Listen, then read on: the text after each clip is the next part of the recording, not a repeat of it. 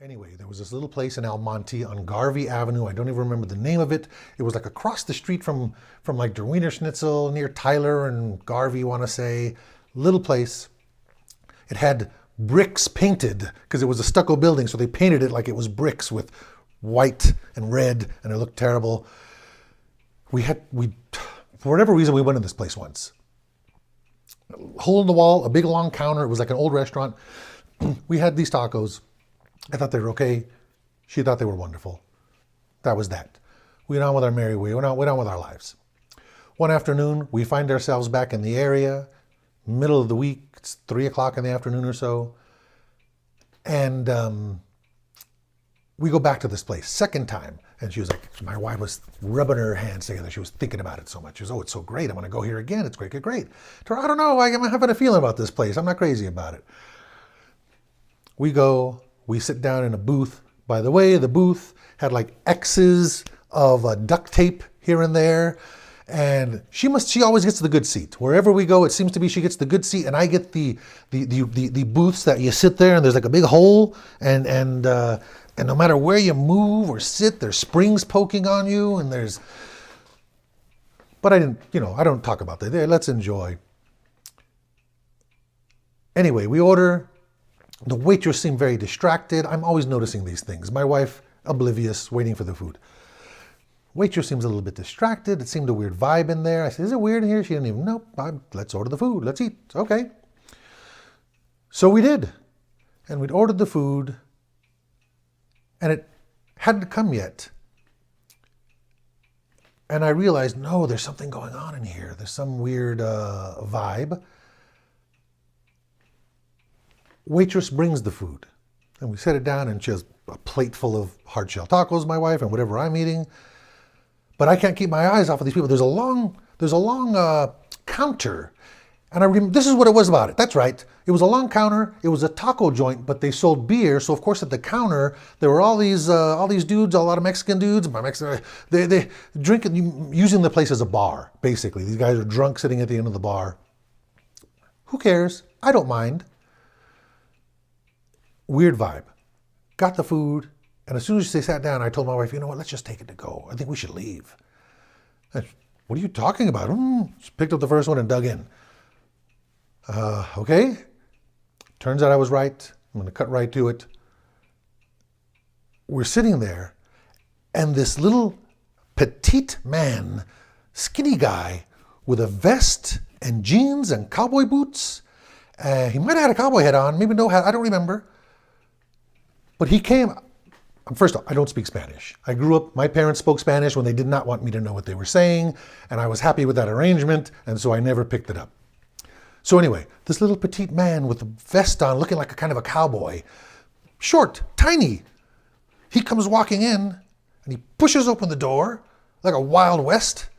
And we're the only ones in the restaurant, by the way, except for the drunks at the bar. We're sitting at this booth on the side, so I'm looking at it this way along this long restaurant, and it's like a movie. He comes in this way with the door. He stands there and he makes some declaration in Spanish, which I don't know what he's saying. He says it. The waitress who's behind the counter makes a statement, which I don't understand what's going on there. He makes another statement. Declarative. His feet are apart. He makes another statement. The cook, the Mexican, he leans out the window, the hole, like a diner, and he leans out the hole. He says something back to this little man. The man makes another. By the way, the men at the bar are drunken. They're sitting there with their heads kind of halfway down and their bottles of beer in front of them. And this guy's, I have no idea what they're saying, But I'm looking at this. I'm not feeling good about any of this. And oblivious, my wife. So I'm watching. The little man makes a longer speech, short but impassioned. And he makes this speech, and he runs over and he pokes one of the drunks. And the drunk sits up and turns, and he mumbles something completely drunkenly. And by now the waitress lady is yelling. The cook guy is leaning out the little bar window, and he's yelling. And this guy, and they're all screaming and hollering. And my wife literally, and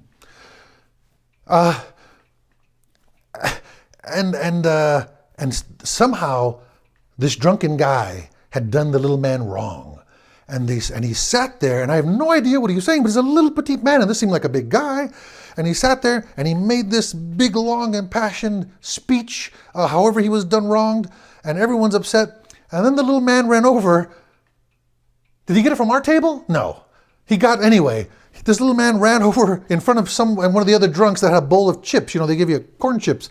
He took a bowl of corn chips, made another speech where I have no idea what he was saying, and then he smashed the corn chips on the drunken guy's head and rubbed it in like a hat. You don't laugh in these situations, by the way, which I didn't. He rubs it in there. Everyone is aghast. That stopped my wife from eating. Oh, we're all looking. He makes another declarative statement and walks out. Dumbfounded. Everyone just got real calm afterwards. The drunken guy took the basket off of his head and set it on the table, and the woman just swept the stuff to the floor. I told my wife, you know what, and he ran off. They were oblivious to us. No apologies to us, nothing. I told my wife, I told you, I had a bad feeling about this place. Let's leave. She said, no, I'm going to finish this. So, okay, well, you know what? I'm going to go to the bathroom. I'm going to wash my hands. And this is the part I never told my wife.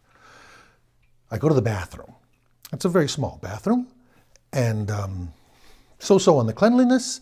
And there were seemed to be wet spots on the wall and the dark spots on the wall. Didn't matter. I did my business in the bathroom, finished. I'm washing my hands and I'm looking for a towel, and they had they didn't have paper towel. They had towels hanging, very dirty towels. And I happened to glance up at one of these dark spots on the wall, and it wasn't a dark spot on the wall. It was a huge congregation of cockroaches, which were all on top of each other. And it was it was 3 feet wide. It was a triangle, and they were on this grease spot, I realized. Licking up the grease, I guess. I have no idea. I didn't know what to do. Went back to my wife, who was the last of... So I just told her, you happy? You're done? Let's get out of here. Let's never come back here again. And because of what had happened, she agreed to that. And so we just left. Every so often she'd want to go back. And I remember it's kind of a dicey crowd there. We don't want to go. And it's like, I had to talk her out. You know what? I'm going to get you something nice. Let's not go there. Let's go somewhere nicer. And so, should I have told her? Would you have told her? I for sure didn't want to tell her what she just ate. I just ate and I was having a problem with it. As I went back, and it was one of those deals you could walk past the door. As I went back out of the bathroom, walking past, I for sure was looking towards the kitchen and looking every which way. I didn't notice it particularly grotesque, but we got up there and left. And we told this story for years about the little man that smashed the tacos on the guy's head, and the other guy left it on his head for a moment while he was completely drunk, left it on his head while he looked around and talked, and then the best part for me, the way he took it off gingerly like a hat and set it down. I pushed the cockroaches out of my mind, and I just never told her. And I think now maybe I should have, and she wouldn't have bugged me so much about going back to that place. Anyway. That's a terrible story for holidays and food. Happy holidays.